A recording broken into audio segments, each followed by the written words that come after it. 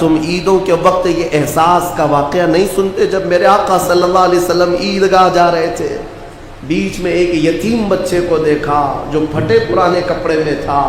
حضور نے اس سے پوچھا کیا تیری عید نہیں ہے؟ اس بچے نے کہا عید تو ہے لیکن میرے بابا نہیں ہیں۔ السلام علیکم ورحمۃ اللہ تعالی وبرکاتہ۔ ناظرین، آپ دیکھ رہے ہیں مصطفیٰ چینل۔ ویڈیو کو زیادہ سے زیادہ شیئر کر دیجیے۔ عید پر نیا کپڑا لینے سے پہلے ایک بار یہ بیان ضرور سن لیں۔ ویڈیو کو اپنے دوستوں تک ضرور شیئر کر دیں، بلکہ ہر مسلمان تک یہ ویڈیو ضرور شیئر کر دیں۔ آئیے ہم آپ سنتے ہیں مفتی سلمان اجری صاحب سے۔ ویڈیو کو بغیر اسکپ کے ساتھ سنیں۔ آئیے ہم آپ سنتے ہیں۔ تم عیدوں کے وقت یہ احساس کا واقعہ نہیں سنتے جب میرے آقا صلی اللہ علیہ وسلم عیدگاہ جا رہے تھے، بیچ میں ایک یتیم بچے کو دیکھا جو پھٹے پرانے کپڑے میں تھا۔ حضور نے اس سے پوچھا کیا تیری عید نہیں ہے؟ اس بچے نے کہا عید تو ہے لیکن میرے بابا نہیں ہیں۔ تم مارکیٹ جاتے ہو آج رمضان کی عیدوں کی تیاری کے لیے، دیکھتا ہوں مارکیٹ بھری رہتی ہے، لوگ جاتے ہیں اپنے بچوں کی من پسند کپڑے خریدتے ہو، چاہے وہ جتنے مہنگے ہوں جیسے بھی ہوں، نہیں لیکن عید میں میرے بچوں کو خریدنا ہی ہے، اور ایکسٹرا بھی خریدتے ہیں۔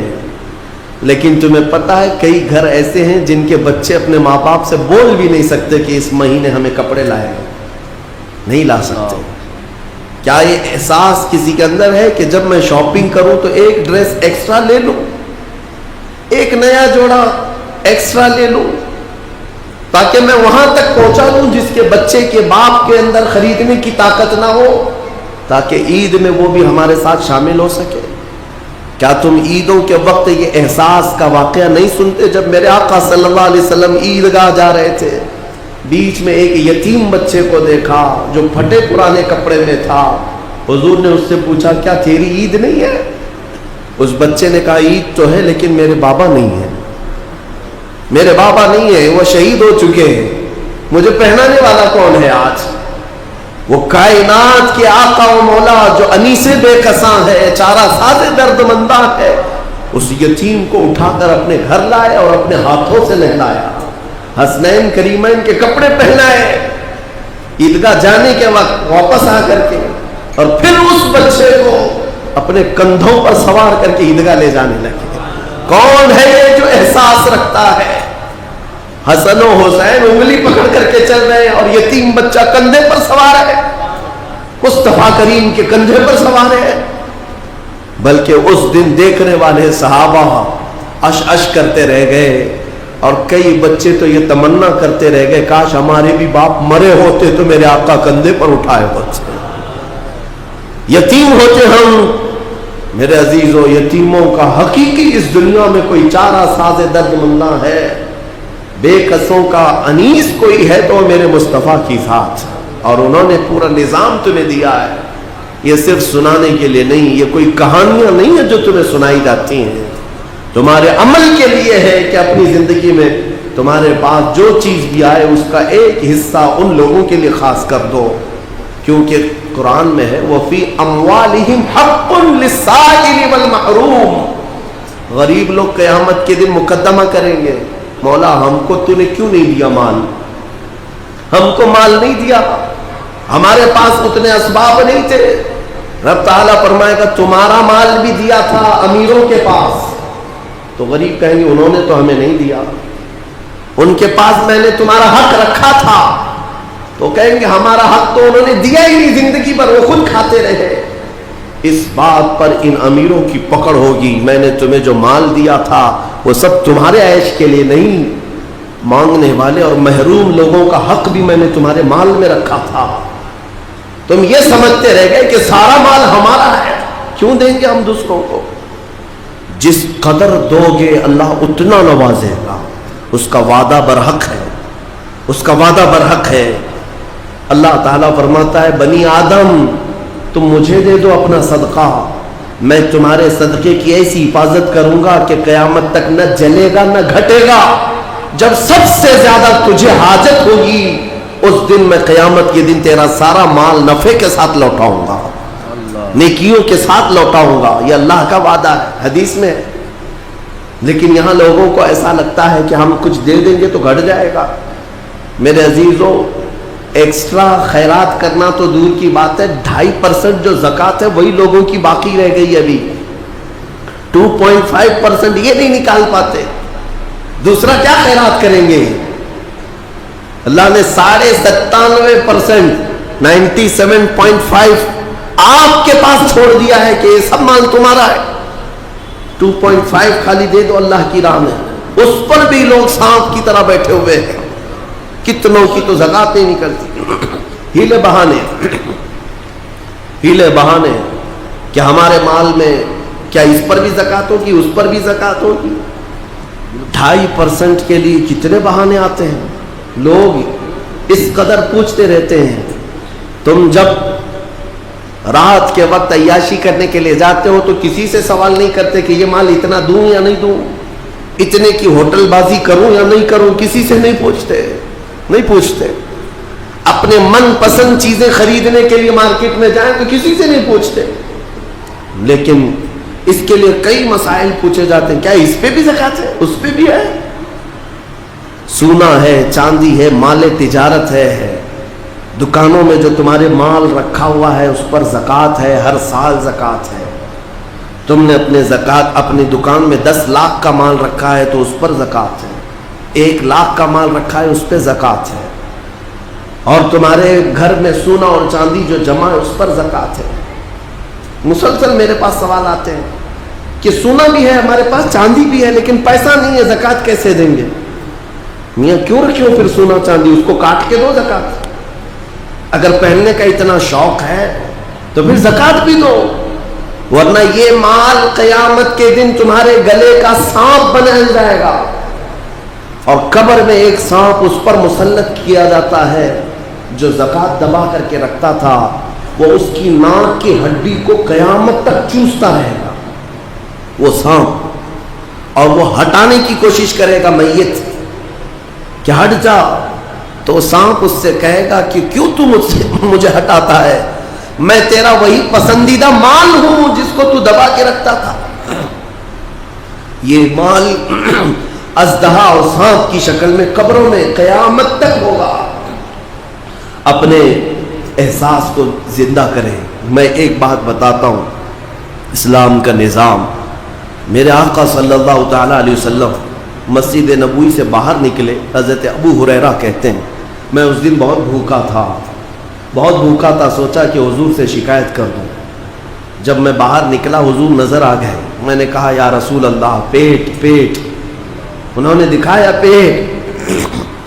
حضور پاک صلی اللہ تعالی علیہ وسلم نے اپنا جبہ اٹھایا تو 2 پتھر بندھے ہوئے تھے، کہا ابو ہریرہ میرے گھر میں بھی 3 دن سے کھانا نہیں بنا ہے، لیکن چلو میں تمہیں ساتھ لے کر چلتا ہوں، کچھ کھلا دے۔ ساتھ ابو ہریرہ چلتے رہے، سیدھے حضور پاک صلی اللہ علیہ وسلم حضرت ابو ایوب انصاری کے مکان پر گئے۔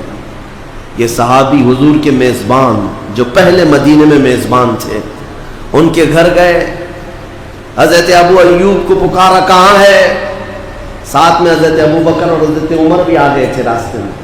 وہ آئے، حضور نے فرمایا گھر میں کھانے کو کچھ ہے؟ اس صحابی نے کہا یا رسول اللہ بکری کا ایک چھوٹا بچہ ہے، ذبح کر دوں اگر آپ کو حکم ہے؟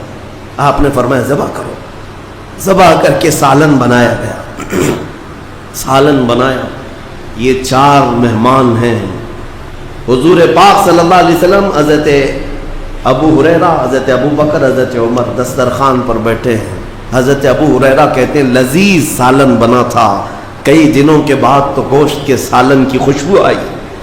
جب دسترخوان پر آیا، میرے آقا صلی اللہ تعالیٰ علیہ وسلم نے ابو ایوب سے کہا ایک اور کٹوری ہو تو لاؤ، سالن کو آدھا کرو۔ سالن کو نکالنے کے بعد میرے آقا فرماتے ہیں جاؤ میری بیٹی فاطمہ کے گھر دے آؤ، پچھلے 9 دن سے اس نے کچھ نہیں کھایا، 8 دن سے فاقہ چلتا ہے۔ بہرحال وہ اہل بیت کا گھرانہ ہے، رسول اللہ کے عطرت ہے، لیکن بتانا یہ ہے کہ میرے آقا اس دسترخوان پر بیٹھ کر کے بھی احساس رکھتے ہیں کہ کس کے گھر میں کھانا نہیں ہے۔ ہمارے گھروں کے اندر آج جس طرح سے مرغن غذائیں کھائی جا رہی ہیں، کیا کبھی احساس کیا کہ کوئی اور بھوکا ہوگا؟ اس ماہ پاک میں اپنے ہاتھوں کو کشادہ کر دو اے مومنو، اللہ دینے والا ہے، جتنا تم دو گے اس سے کئی گنا زیادہ اس کا وعدہ ہے، وہ تمہیں نوازے گا، 70 گنا زیادہ نوازے گا۔ عبداللہ ابن مبارک فرماتے ہیں میں حج پہ چلا۔ حج کسے کہتے ہیں؟ پیسے جمع کر کے حج کے لیے جاتے ہیں لوگ۔ اس زمانے میں بھی حضرت عبداللہ ابن مبارک کہتے ہیں میں پیسے بہت دنوں سے جمع کیا تھا، حج پہ جانا تھا، اور جب قافلہ نکلا تو مال لے کر کے میں بھی حج پہ نکل پڑا۔ قافلے اس وقت اونٹوں کے قافلے، گھوڑوں کے قافلے ہوتے، کہتے قافلہ ایک منزل پر پڑاؤ کیا رات کو، میں وہاں پر رکا رہ گیا، اور صبح میں اٹھ کر کے وضو کی غرض سے تلاشتے ہوئے میدان کی طرف آیا تو کچرے کا ایک ڈھیر پڑا ہوا تھا جس میں لوگ کوڑا کرکٹ پھینکتے۔ حضرت عبداللہ ابن مبارک کہتے ہیں اس کچرے کے ڈھیر کے پاس میں نے ایک 8 سال کی بچی کو دیکھا جو کچرا ادھر ادھر کر رہی ہے، ادھر ادھر کر رہی۔ تھوڑی دیر کے بعد عبداللہ ابن مبارک کہتے ہیں اس بچی کے ہاتھ میں ایک مری ہوئی چڑیا آئی، چڑیا مر کر کے پڑی ہوئی تھی۔ اس چھوٹی سی بچی نے اٹھایا، اس کے پر کھینچے اور چبا کر کھانے لگی، اور دوڑ کر کے اپنے گھر کی طرف جا رہی تھی جو جھوپڑی میں تھی۔ عبداللہ ابن مبارک کہتے میں اس کے پیچھے پیچھے ہو لیا، وہ لڑکی گئی تو اپنے گھر میں اس کا چھوٹا بھائی بھی اس کو کھلا رہی ہے مری ہوئی چڑیا۔ آپ نے اس بچی کو پکڑ لیا اور کہا بیٹا یہ مری ہوئی چڑیا ہے، اسے تو کھا رہی ہے؟ وہ بچی رونے لگی، بابا کیا اسلام 4 دن کی بھوک کے بعد بھی مری ہوئی چڑیا کھانے کی اجازت نہیں دیتا؟ ہمارے گھر میں اس کے علاوہ ہے کیا جو ہم کھا کر کے اپنے حلق کو ترک کریں؟ 4 دن کے فاقے کے بعد بھی ہم مری ہوئی چڑیا نہیں کھا سکتے؟ عبداللہ ابن مبارک کی آنکھیں بھیگ گئیں۔ آپ نے اپنے حج کے سفر کا جتنا مال تھا، جو پیسے تھے، سب ایک چادر میں جمع کیا اور سب اٹھا کر کے اس بچی کو دے دیا۔ کہا بیٹا اس سے تو اپنی زندگی گزار، آئندہ مری ہوئی چڑیا کبھی نہ کھانا۔ پورا مال دے دیا۔ اب حج پہ جانے کے لیے پیسے بھی نہیں ہیں، قافلہ چل پڑا، لیکن عبداللہ ابن مبارک بیچ راستے سے اپنے گھر چلے آئے۔ لوگ کہتے رہے، لوگ کیا بولیں گے، حج پہ گئے، نکلے بڑی شان سے اور بیچ راستے سے تم لوٹے جا رہے ہو، حج پہ نہیں جاؤ گے؟ عبداللہ ابن مبارک نے کہا میرا حج ہو گیا، میرا حج ہو گیا، میرے مصطفیٰ کی امت کے غریب کے حلق کو تر کرنا یہ میرا حج ہے۔ چلے آئے واپس۔ حج کا موسم نکل گیا۔ جو خراسان سے، جو ان کے علاقے سے حاجی گئے تھے حج کے لیے، وہ حج کر کے جب واپس لوٹے تو لوگ پوچھ رہے تھے حاجی صاحب کیسا رہا حج؟ تو ہر کوئی کہہ رہا تھا ہمارے حج کا کیا کہنا، ہم عرفات میں عبداللہ ابن مبارک کے ساتھ دعا کر رہے تھے، مینا میں عبداللہ ابن مبارک کے ساتھ کنکریاں ماری ہیں، ہم طواف کعبہ میں عبداللہ ابن مبارک کے ساتھ تھے۔ ہر حاجی کہہ رہا ہے ہم عبداللہ ابن مبارک کے ساتھ تھے، جبکہ گاؤں والے دیکھ رہے ہیں کہ عبداللہ ابن مبارک تو یہی موجود تھے۔ لوگ جا کر کے پوچھتے ہیں یہ کیا ماجرا ہے؟ ہر کوئی کہہ رہا ہے کہ آپ کے ساتھ حج کی، ہم تو آپ کو یہاں دیکھ رہے ہیں۔